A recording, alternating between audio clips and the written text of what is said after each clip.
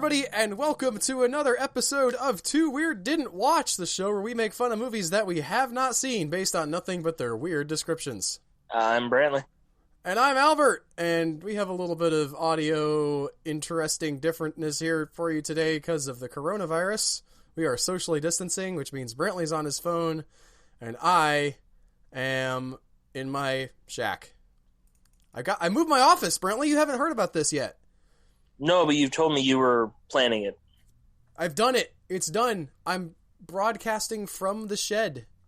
It's glorious. I've turned the AC off because I don't want the sound in the background, but I have AC in here, and I have blankets on the walls to muffle the sound. It is a great, ugly studio. Right on. And from this new, ugly studio, our very first movie that we're going to talk about, Brantley, one that I had to call you up and say, can we figure out a way to record while the coronavirus is happening? Because I don't know if I can wait until we can get back together to talk about, or to watch this movie. I want to watch this. I know Too Weird Didn't Watch makes it sound like we're not going to watch these, but sometimes we really need to watch these. I mean, we watched some of them. Yeah, afterwards. I watched the first Kibikichi, and you watched one of our Christmas ones, and I think we both watched a couple others. I definitely don't hold back from watching them.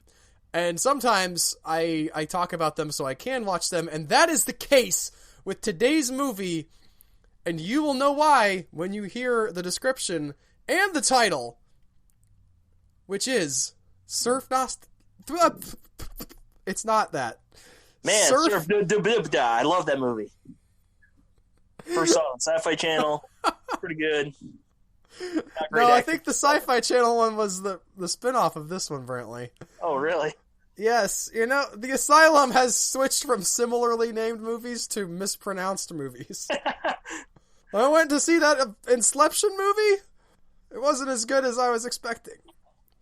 Man, look for a Burger Giver King. It's going to be great. No, we're going to talk about Surf Nazis Must Die. All right. Which I had heard the title of, and nothing else. And I brought it up a couple of days ago to my friend Joe when we were recording something different. And he was like, wait, that's a thing? And I said, yes, that's a thing. And then he looked it up and watched the trailer. And then I watched the first 5 minutes of the movie, and I had to stop myself because it's amazing. Here goes. An earthquake leaves the California coastline in ruins and reduces the beaches to a state of chaos. And we heard surf during that. Well, yeah, I would imagine maybe that's, it was one of those tectonic plate movements, and you had the waves come from that, and it was a great time to surf. I don't know how that works. I'm not a surfer. Those aren't really breaking waves. They're more just like a wall of water. It's a movie, though. So That's they're fair. definitely not going to do the boring, like, the water just rises very quickly. I mean, quickly and removes towns. Yes. There's one of those scenes in the new Tomb Raider game. I was going to say movie. The new Tomb Raider game, where you're part of a tidal wave, and they have Lara Croft swimming through the tidal wave. It's pretty effective. I mean, they also have one of those in Godzilla 2014, where that's how he comes ashore, is destruction. Yes, it definitely has been done in a few places in media since the big ones that we saw in Asia recently were sort of in the news. Yep. I think once people had video of it, they're like, oh, you know what? We should put that in our movie. I've got a request for the filmmakers of the future, though. Don't put the coronavirus or whatever it inspires you to think about in your movie. When this is over, just forget about it. There are bird flu movies. Of course there's going to be coronavirus movies. No! I don't need the next 5 years to be defined by this in movies like 9/11 defined movies. Although I will say, I feel like 9/11 really just sucked everybody's joy out, and so there wasn't any fun allowed to be had. I don't get the sense that even in the darkest times that I've seen so far, that coronavirus is doing that on a massive scale. Well, we're not having the die-off yet. We're having the people getting sick part right now. Yes. And it hasn't affected me. I'll still go to Walmart or PetSmart. Well, you have to go to Walmart for some things. You don't have to go to PetSmart? As someone who works there, please stop coming to the store. We have curbside pickup right now. Oh, that's cool. Oh, PSA, curbside pickup at PetSmart. Please use it if you can. So, a group of neo-Nazis, let's get back to the wave here, led by Adolf, the self-proclaimed Führer of the New Beach. Oh, okay. Takes advantage of the resulting chaos by fighting off several rival surfer gangs. I didn't know there were surfer gangs. That might be a real thing. Because I'm picturing like the stereotypical surfer dude, but in a gang, and it's hilarious. Yo, bro, you're on our turf. No, they're just so laid back. It's like, nah, dude, let's go surf. But then it's, we'll bust your kneecaps if you're on our turf. So I mentioned that I have seen the first 5 minutes of this race movie. Oh my goodness. Let's not talk about race and Nazis in the same sentence. Kind of unavoidable. I was actually getting ahead of myself because race is mentioned in this first 5-minute opening. I was going to go there. There's this speech of this guy talking to this group of kids that have like swastikas sharpied on their face because that's the level of movie we're talking about. Right. And he's telling them that the goofy footer is the inferior race. If you don't know what goofy foot is, it's like riding the board in the wrong direction. It's like essentially being left-handed at surfing. Right. It's surprisingly well edited if you can ignore the fact that there's a boom mic in that shot. And again, I know that talking about what's actually in the movie is not our oeuvre, but I'm just putting it out there that I did see the first 5 minutes. When did this movie come out? I want to say late 80s. I didn't have it in my notes, but I'm looking it up right now. 87. Oh, close. Nice. Because these dudes 100% are inexplicably surfing in leather, right? They're definitely wearing leather some of the time. There you go. It's gonna take a turn, though, here, because after they fight off these rival gangs to seize control of the beaches, there's a meanwhile. Meanwhile, an African-American oil well worker named Leroy is killed by the surf Nazis while jogging on the beach. A pretty standard, Nazis, racists, killing black people. Yes, but this makes it sound like the beach is an active war zone. Why you jogging out there, buddy? You got to get in your cardio, man. It's good for your health. You got to keep you positive. You know it's not good for your health, though? Entering a war zone. Consistently. Are you blaming the victim, Brantley? I'm half blaming the victim. Okay. That's fair. Because it's a bad situation exists, but he should have been aware of the situation, and he went into it. Well, here's where it gets fun, Brantley, because someone does not share your opinion. And that person is Leroy's mother. How old is I'm sorry? He has a job, so I'm guessing... Oh, yeah, he works on an oil well. So, yeah, at least 18, probably early 20s if she's going to be active. So, Leroy's mother, Mama Washington, defeated by the loss of her son, vows revenge. And this is the part of this movie that just upends all expectations. Because in a cheesy schlock movie, you're kind of locked into the... Well, first of all, usually it's a guy, right? Usually it's somebody who's either young or... You can in a action movie, you can have the older guy, like the grizzled veteran or, retired cop. But it's that prototype, and then they have a female counterpart, either daughter, girlfriend, wife, something like that, and that person is killed off, and then that gives them their, it's a women in fridges moment. This movie flips that and makes it a guy, but on top of that, and again, I have the benefit of having seen the trailer, and I know that Mama Washington is not what you might think of as like a person who would be in a movie.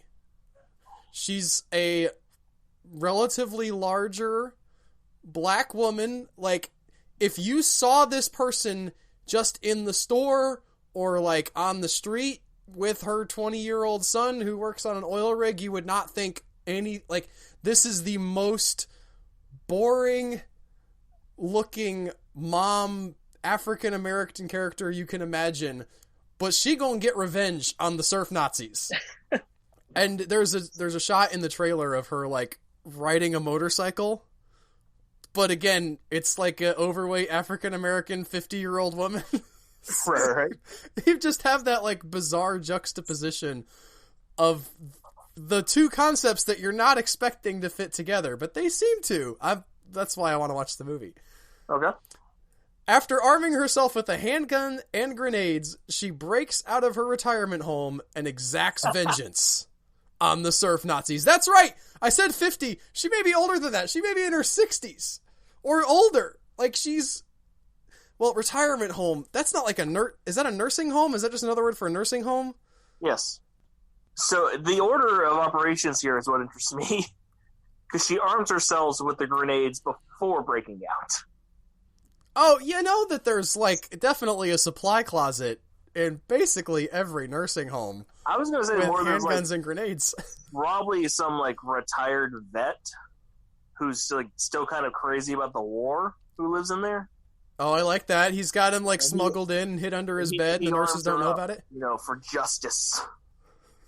He lost his leg, so he can't go out and do it himself. Lieutenant Dan. I was thinking only one leg, but sure, that'll work too. Anyway, that is all we have for Surf Nazis Must Die, Brantley. We're going to follow that up with... Actually, what are we going to follow it up with? Let me see here. I don't know. I know you don't. Help because I was trying to get some ready and accidentally deleted all the movies I had prepared, so... Oh no! That's disappointing. You don't have, like, an undo button, or I do not. When it's gone, it's gone. I have my stuff in a dock in the cloud, so, like, if I delete that, they're like, are you sure you wanted to do that? You can go to your history and undo it. Yeah, I can't. Okay. Well, we're gonna move on with The Savage Bees. Yeah. From 1976. I like bees. There is apparently a bunch of movies. I mean, we talked about this earlier, right? When there's something that's in the public consciousness, everybody makes a movie about it. And so Killer Bees, around in the 70s, that was like the big thing. And so there's apparently 3 notable Killer Bee movies. This one is made for TV, but most people said it was pretty good. We did a bee episode a while back. Yes, I don't think we got this one.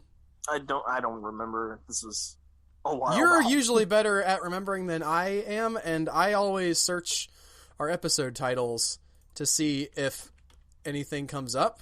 But all I have when I type Sav is Sharknado Week with Santa Jaws and the Curse series. So I'm going to assume that that's not either one of them. Fair enough. Arriving in the U.S. by way of a Brazilian freighter, a swarm of African killer bees descends on the New Orleans area just in time to disrupt Mardi Gras. The first sign of trouble occurs 20 miles away, where Sheriff Donald McHugh finds his beloved dog dead. That's a bummer start. Yeah, also, I like how they arrived at the town and then it's like, there's people. Let's go 20 miles away. I think that the probably the description gets ahead of itself by just a little bit. And then, like, back, it's like, you know, that's sort of what happens overall in the movie. Let's back up and start at the beginning. Like, so they're on the... Star Wars as a farm boy blows up a space station. But let me tell you what happens. Yes. Okay. They're on the New Orleans city limits. The outer skirts of New Orleans.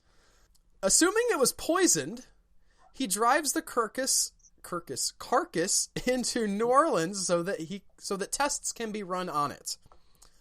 Following an autopsy performed by Assistant Medical Director Jeff Durand, it's determined that the dog was killed not by poison, but by bees. And then in parentheses, not the bees. And the parenthesis here really drives this, like, why is this unpleasant home? Dozens are found in the poor thing's stomach. So he ate the bees? Or there were so many of them that, like, they were just swarmed down his swarming. gullet? Yeah, like, they got confused and went in his mouth and he just sort of swallowed reflexively and then they're stinging him on the way down his throat. That's horrific. You know, for dog lovers, I guess. You gotta have some way, realistically, for the movie perspective, you gotta have some way to convey, okay, well, he was attacked by bees, And if he can't figure it out from looking at him from the outside, which I could see why that would be difficult to convey in a movie. Like, what is he going to do? Like, hold up a tiny stinger with his, little forceps and be like, look at this stinger. There's two of them. Bees have a specific toxin in their venom. Okay, but don't forget, this is only the assistant medical director. He probably doesn't have the clearance to test for that. He went to college. He doesn't know how to find out about toxins. I'm not an entomologist. I'm not Michael Caine. Well, speaking of entomologists, with the help of entomology expert Jeannie Devereaux, I love that we're getting the last names of all these people. Yeah. Jeff learns that the bees originated in South Africa and are a particularly violent species of insect. This is not 100% accurate, but continue. I will say, I read several reviews of this movie, and common themes that people kept mentioning was, A, they used real bees. Like, lots and lots and lots of real bees. And only a few people got stung on set because they were very good at wrangling them. So that's impressive. If you want to see a movie with, like, actual swarms of actual bees on the film, this seems like the right flick for you. And secondly, they said that the presentation of these things as an actual threat like killer bees was pretty accurate to science, at least as far as you could get it with the movie. Right. That it wasn't like over the top asylum levels of here's what a killer bee would do. I'm only telling you what I've read, but some of the people were impressed by the restraint. What is your issue with the science? Oh, just that killer bees are Africanized honeybees. They are not from Africa. They are a man-made cross strain. It's entirely us. It's mad science that went wrong and they escaped from Peru. Yeah, I thought they were from South America too. They were bred in South America and they escaped. Like I said, they're a cross strain between the African and the European honeybee. They wanted to make tougher bees that could make more honey. Instead, they made super angry murder bees. I will also point out, we're reading a description. I don't remember where I got this one from. Sometimes they're from IMDb, but they're usually from, like, user-generated things. So the person might have just meant America and wrote Africa. It could be a mistake. Maybe in the movie it is actually South America, like it is in real life. Right. We don't know. While Sheriff McHugh is dealing with more attacks in his small town, Jeff and Jeannie are trying to convince the authorities in New Orleans that the Mardi Gras parade should be canceled. But you know who doesn't like that? Stop electing this guy.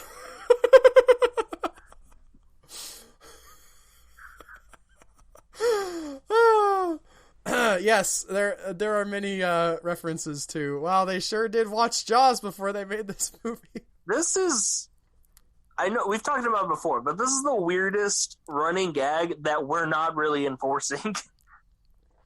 That's like happening to us. Well, I think it's an archetype, Brantley. It's one of those types of stories you can't really get away from, where the people in charge have become blind to the danger that is around them, and they are more risk averse in certain directions than is healthy overall. I don't know if what you're saying is you were trying to be topical. Maybe. I was not trying to be topical. I'm trying to be as apolitical as possible in this situation. Actually, I am annoyed by the Republican people on my side that are yelling about like little nitpicky pork stuff. I'm not saying that it doesn't exist, but like in the bill that they're trying to pass right now, right? It's important for people to survive. So, you know, if Nancy Pelosi has $95 million in there for her dog, it's still kind of a big deal for you guys to pass it, and you can worry about that later. In this instance, that is not normally my stance about this kind of thing, but right now, this is like a for real emergency. Y'all can stop with the political nonsense. I love the game. It's fun to play normally, but aliens are attacking the stadium, so put the game on timeout and deal with the aliens. Anyway, that's my take. Okay. Where am I at? We got to talk about the last sentence here. Through it all, the bees continue to attack, leaving a number of dead bodies in their wake. Someone mentioned... Sorry. Through it all, it just sounds like that for some reason the writer expected the bees to hang on while they decided how to handle the situation. But these are very impolite bees. They're just like, nah, we're still gonna sting you. Could you hold up for 2 seconds? We're having a cabinet meeting to weigh the cost-benefit analysis to everybody got killed by killer bees or everybody lost their jobs because we canceled Mardi Gras. I do happen to also know from my research into this movie that they ended it by having all of the killer bees follow a red car because they're like bulls, apparently, in this movie. They hate the color red. And so the entomologist lady has a red car, and they also hate loud noises, so she gets a red car, she honks her horn, and then drives them into the Superdome in New Orleans, where they shut the doors and turn on the air conditioners and kill the bees by turning on the air conditioner and making it cold. Which would probably work, but again, that was kind of the whole point of making those bees to make them less weather weak. It's also the least cinematic thing in really the history of cinema.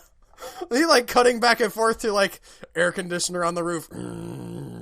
Bees buzzing around the car. Bzzz.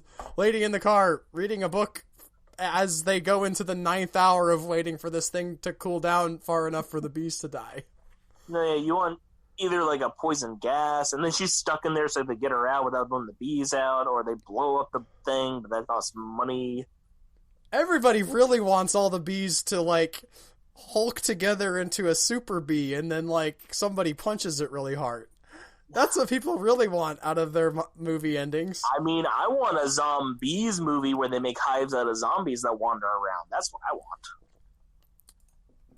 Is that not a thing? Okay, I'm just doing a little Googling here, just to make sure that's not a thing right now. If it is, we need to do it next. I'm working on it. Zombies. Have this image of just zombies standing in a field with bees, and then they just sprint at you, and there's just chunks of hives growing out of them. There is a Zombees short film from 2008. It's 5 minutes long. And yet somehow it has one of the longer descriptions on IMDb. Are you ready? Okay. For Zombees? Yes. Let's wrap this up with Zombees. Zombees is a surreal serendipity into the chaos of man's folly in genetic engineering. Oh no. Settle down. Settle down, writer Fred Wilder from IMDb. Put the thesaurus down and just back away. So I'm gonna read this faster now because I can read the end. Zombees is a surreal serendipity into the chaos of man's folly in genetic engineering and the colony collapse disorder (CCD) that is devastating the world's honeybee population. Accurate, real thing. Not really what we want in our movie called Zombees, though. No, I have to say. I mean, you're trying to cure that, so that causes the bees to get super strong and to somehow make zombies. I'm on board with that. But you got 5 minutes to get this across, movie. Well, this description is not going to zoom in on the specifics of the movie yet, because he continues, man's childish grasp of science and its arrogant tinkering with genetic engineering is to blame. And zombies are the result. He follows that up with the final sentence.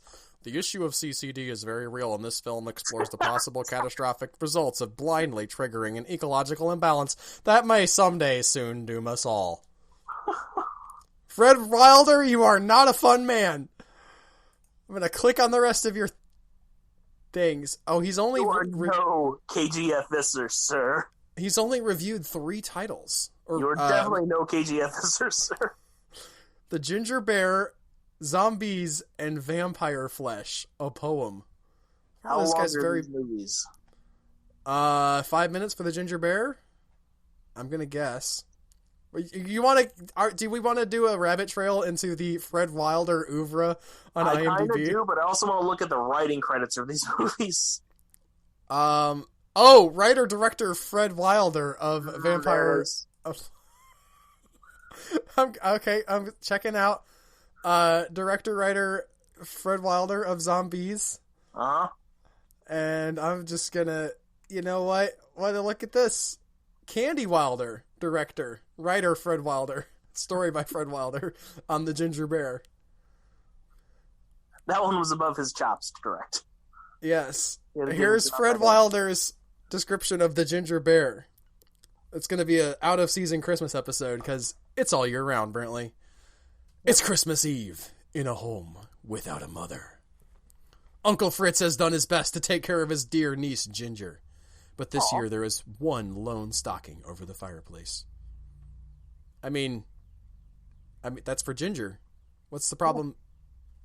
I don't know exactly what's going on there. Maybe he's just saying there's not enough presents. But then, the mischievous Ginger Bear makes her appearance, taking the family on a magical journey that takes less than 5 minutes. The Ginger Bear is a melodrama and a plump treat tailored for the whole family. And a what tailored? A plump treat. That plump is a weird word to put in that one, I think. Yeah. Especially when your movie is 5 minutes. A very skinny film. No, it's plump. Okay. Could be. Apparently, but maybe it's like 5 minutes, but it feels like 15. That's the worst. Yeah. Here we go, though, with Fred Wilder's final film. And also our final segment for this episode, Brantley, which is for another 5-minute movie, Vampire Flesh, a poem. A gothic fairy tale of a poem written by... Who do you think wrote this gothic fairy tale of a poem, Brantley? It's none other than Mr. Fred Wilder himself. I'm sorry, I should have let you guess, but no, it's not somebody you would have heard of. It's Fred Wilder. Oh. And recited by Zen Josie as the voice of Eris, the deity of strife and discord from Greek mythology. Okay. Do we need... You need more than 5 minutes to stick vampires in with Greek mythology. Could you not do like a... They had kind of vampire creatures back from there. I have my phone ringing. How do I turn it off? Oh. I don't want to answer the phone right now. I'll be there right 1 minute. Okay, we're finishing up. This short was created from selected scenes from the silent film Vampire Flesh. It tells the story of a vampire birth and the evil unleashed from ancient times. Are you serious? So, okay. This is a pre-existing movie he took scenes from. And read over, yes. Not even like I'm doing a review or like this is a fun mashup. This sounds deadly serious. Do you think he wrote the poem first and saw the movie, or stole the movie afterwards? How do you think this works? Oh, you know what?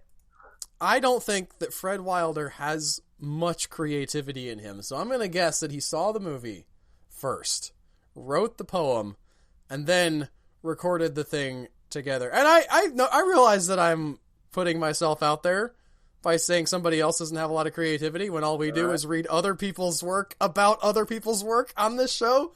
I understand that. Christy Mingle to a serial killer. It's fine. Yes. We're at least having fun with it, though, for the most part, with the occasional rant about bees and politics aside. And then we're not turning them into movies and then writing the descriptions on IMDb ourselves with just the most ridiculous words. Yep. I don't know. Maybe he's winking at us. Maybe it's just him being silly.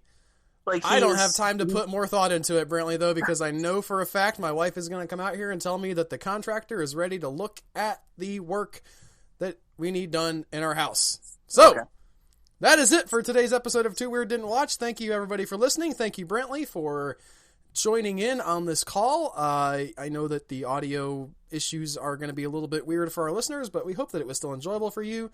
If you enjoyed this, you should tell a friend about us. Subscribe to us on whatever podcast platform it is that you use. And we will see you guys next time with another episode of Too Weird Didn't Watch. Bye, guys. Bye.